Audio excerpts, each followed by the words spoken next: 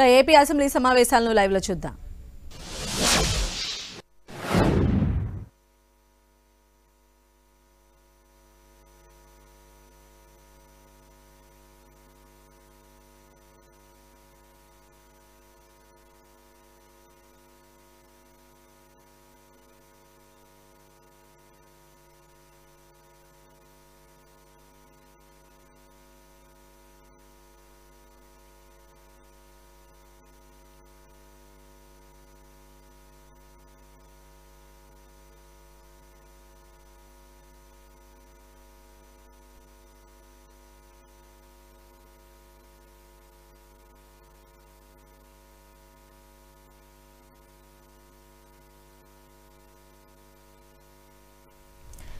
AP assembly సమావేశాలు రెండో రోజు ప్రారంభమయ్యాయి. టీడీపీ సభ్యులు ఆందోళన కొనసాగింది.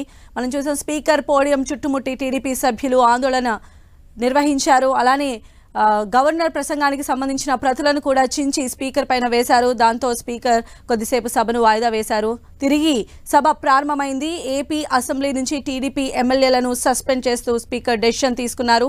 అసెంబ్లీలో టీడీపీ సభ్యుల ఆందోళన గందరగోళానికి దారితీసింది. ఆ గందరగోళం మధ్యనే 2 బిల్లులకు సంబంధించి కూడా పాస్ చేశారు. టీడీపీ సభ్యుల ఆందోళనతో స్పీకర్ తమ్మినేని సీతారాం టీడీపీ ఎమ్మెల్యేలను సస్పెండ్ చేస్తూ డెసిషన్ తీసుకున్నారు.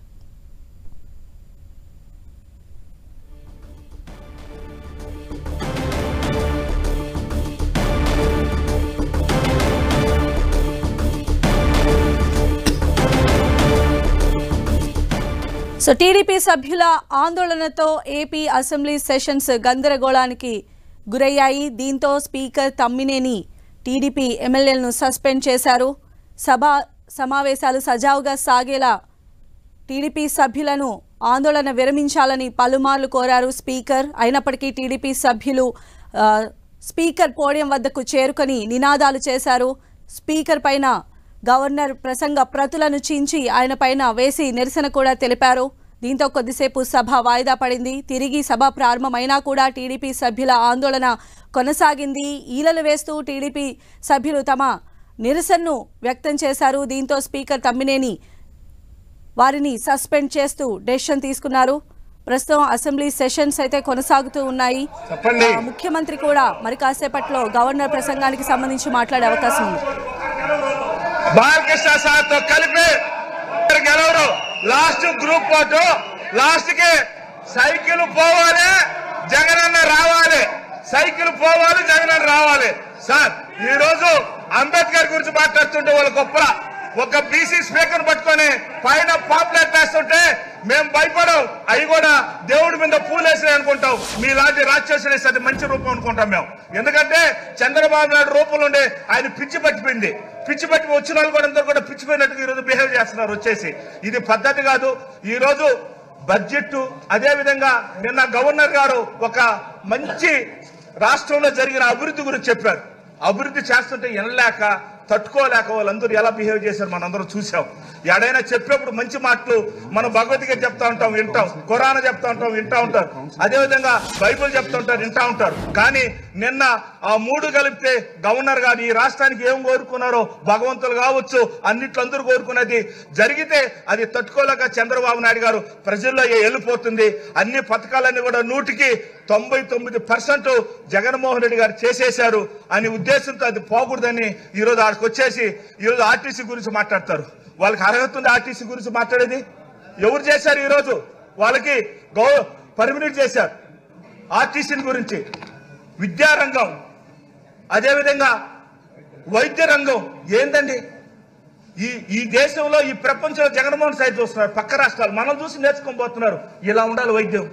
నిజంగా ర్యాంకులు వస్తున్నాయి. అందులో జగన్మోహన్ రెడ్డి ఫస్ట్ క్లాస్ లో పాస్ అయిపోయినాడు. ఆయన ముసలాయన 40 సంవత్సరాలు అన్నింటిలో ఫెయిల్ అయిపోతుంది. నేను కూడా అట్నే ఏవి రాసినా సెకండ్ క్లాస్ వచ్చేవాడిని. నేను ఏవి రాసినా సెకండ్ క్లాస్, చూసి రాసినా సెకండ్ క్లాసే. అదే మరి చంద్రబాబు నాయుడు ఈరోజు 5 ఏళ్ళు ఇది వచ్చేసి సిపిఎం, సిపిఐ, అదేవిధంగా పవన్ కళ్యాణ్ తెలుగుదేశం, బీజేపీ 5 జగన్మోహన్ రెడ్డి అర్జున్ లా బాణం వేస్తున్నాడు. 5 ఏళ్ళు అయిపోతాయి. 5 ఏళ్లే వీళ్ళు చూసారా వీళ్ళకి. కాబట్టి రాష్ట్రం ప్రజలంతా ఒక సైడు, డబ్బుండోడు ఒక సైడు. ఇది యుద్ధం. ఇది యుద్ధమే. యుద్ధం. పేదోడు బతకాలి, 3 పూటలు తినాలి, ఆరోగ్యంగా బాగుండాలి, ఇంగ్లీష్ మీడియం రావాలి. ఇవన్నీ కూడా అంబేద్కర్ అయితే ఆ మహానుభావులు ఒకప్పుడు పైన అమ్మవారు, కింద ఈరోజు అంబేద్కర్ గారు. చూసారా? మనమైతే 30 కిలోమీటర్ దూరం వస్తుంటే భగవంతుడి రూపంలో అంబేద్కర్ అవపడుతున్నాడు. దాని గురించి మాట్లాడితే తట్టుకోలేకుండా అరస్త విజలు వేస్తారండి. అంబేద్కర్ గురించి పైన ఎత్తున్నాడు, కింద అంతున్నాడు, మర్రి చెట్లాగా ఆయన. నిజంగా దేవుడు లాంటి రూపం గల అంబేద్కర్ గురించి మాట్లాడిన కూడా తట్టుకోలేని పరిస్థితి. ఒక బీసీ స్పీకర్ గారు ఆడ కూర్చుంటే పాంప్లెట్లు కొడతారు, పసుపు, అది కొట్టేది కూడా వైట్ పేపర్, పసుపు పేపర్తో కొడుతున్నారు. అది మేము పూలుగా భావిస్తాం. మా పార్టీ జగన్మోహన్ రెడ్డి గారు ఒకటే చెప్పారు, వాళ్ళు ఎన్ని అరిసినా ఎన్ని చేసినా ప్రజలు మన సైడ్ ఉండారు, దేవుడు మన సైడ్ ఉండాడు అనే ఉద్దేశంతో ఈరోజు లాస్ట్కి చంద్రబాబు నాయుడు కుట్రలు ఎట్టుంటాయంటే ఈ రాష్ట్రంలో నిజంగా చెప్పాలంటే ఆయన్ని ఒక పెద్ద బాహుబలి పార్ట్ 1, బాహుబలి పార్ట్ 2 అట్ట మీరైతే ఒక పార్ట్లో 1 ఉంటారు అనుకుంటా. రామారావు టైంలో మీరు బాహుబలి 1 స్టోరీలో మీరు ఉంటారు, మేము వచ్చిన బాహుబలి 2 అనుకుంటా. ఇంకోటి కూడా బాహుబలి 3 అంత పెద్ద స్టోరీలు ఉన్నాయి. రాజకీయం ఎలా దాని గురించి ఒక గ్రంథం రాయొచ్చు. ఆయన కొన్ని తరాలు దాన్ని నేర్చుకోవచ్చు, ఒక పాఠ పుస్తకం పెట్టచ్చు.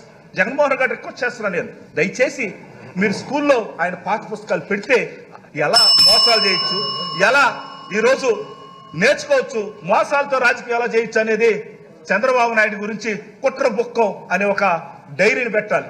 అదేవిధంగా మొన్నంతా కూడా ఎర్ర డైరీ అని చెప్తా ఉన్నారు. ఏడపోయినా నాకు ఎర్ర డైరీ ఉందని. అది ఎర్ర డైరీ కాదు, ఏ ఊర్లో ఏం దొరుకుతాయి తినేదానికి పనికి వస్తుంది. ఈరోజు వాళ్ళు ఆశపడుతున్నారు. కుప్పంలో కూడా చంద్రబాబు నాయుడు గెలవలేరు, కుప్పంలో కూడా గెలవలేరు. స్పీకర్ సార్, కుప్పంలో కూడా గెలవలేరు. ఖచ్చితంగా ఈసారి జగన్మోహన్ రెడ్డి గారు ప్రజల దీవెనతో మరలా ముందుకు వస్తా ఉన్నాడు. దయచేసి ఈ రోజు మనందరం కూడా ఆ మహానుభావుడు వెనకాల అందరూ ప్రజలు ఉన్నారు, అందరూ కూడా ఉన్నారు. కాబట్టి అటువంటి నలుగురు వచ్చి బిందులు కడుకొట్లన్నట్టుకు వచ్చే సరిచేసిపోయి మేమంద ఈ రోజు అలా అవాచకవాకులు పెట్టడం మంచి పద్ధతి కాదని తెలియజేసుకుంటూ జై జగన్ అన్న. నమస్తే స్పీకర్. కొఠారి అబ్బాయి చౌదరి గారు, మీరేంటి ఎందుకులండి వాళ్ళ పక్క రాష్ట్రాలన్నింటికి వెళ్ళి చూసుకొని రమ్మనమనండి వాళ్ళని. నిజమేనండి, యువర్ ది మినిస్టర్.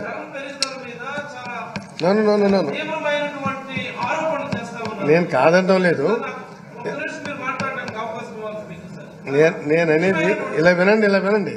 మీకు 1 నిమిషం కర్మ గంట ఇస్తాను. కాకపోతే this is not the time. The next speaker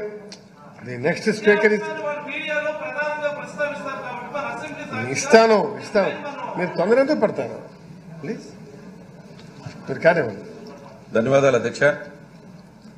ఎంతో ప్రతిష్టాత్మకంగా భావించేటువంటి శాసనసభలో ఎంతో ముఖ్యమైనటువంటి ఘట్టమైనటువంటి గవర్నర్ గారి his excellency the governor of AP వారే స్వయాన వచ్చి ఇక్కడ వారి ప్రసంగం ఇచ్చాక వారికి ధన్యవాద తీర్మానాలు అనేది అసెంబ్లీలోనే ఒక గొప్ప విషయం.